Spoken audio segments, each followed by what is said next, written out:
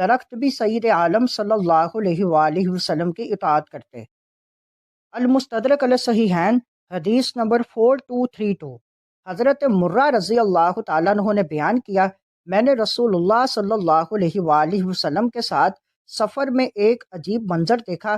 ہم ایک جگہ ٹھہرے تو آپ صلی اللہ علیہ وآلہ وسلم نے فرمایا، ان دونوں درختوں کے پاس جا کر کہو، رسول اللہ صلی اللہ علیہ وآلہ وسلم تمہیں حکم دیتے ہیں کہ تم دونوں اکٹھے ہو جاؤ۔ میں نے درختوں سے یہ بات کہی تو ہر ایک درخت اپنی جڑ سے اکھڑ کر دوسرے کی طرف گیا اور دونوں اکٹھے ہو گئے۔ رسول اللہ صلی اللہ علیہ وآلہ وسلم نے ان کے پیچھے قضائے حاجت فرمائی۔ پھر آپ صلی اللہ علیہ وآلہ وسلم نے فرمایا، اب جا کر درختوں سے کہو کہ اپنی اپنی جگہ پر واپس چلے جاؤ۔ میں نے درختوں کو یہ پیغام دیا تو وہ دونوں اپنی اپنی جگہ پر واپس چلے گئے۔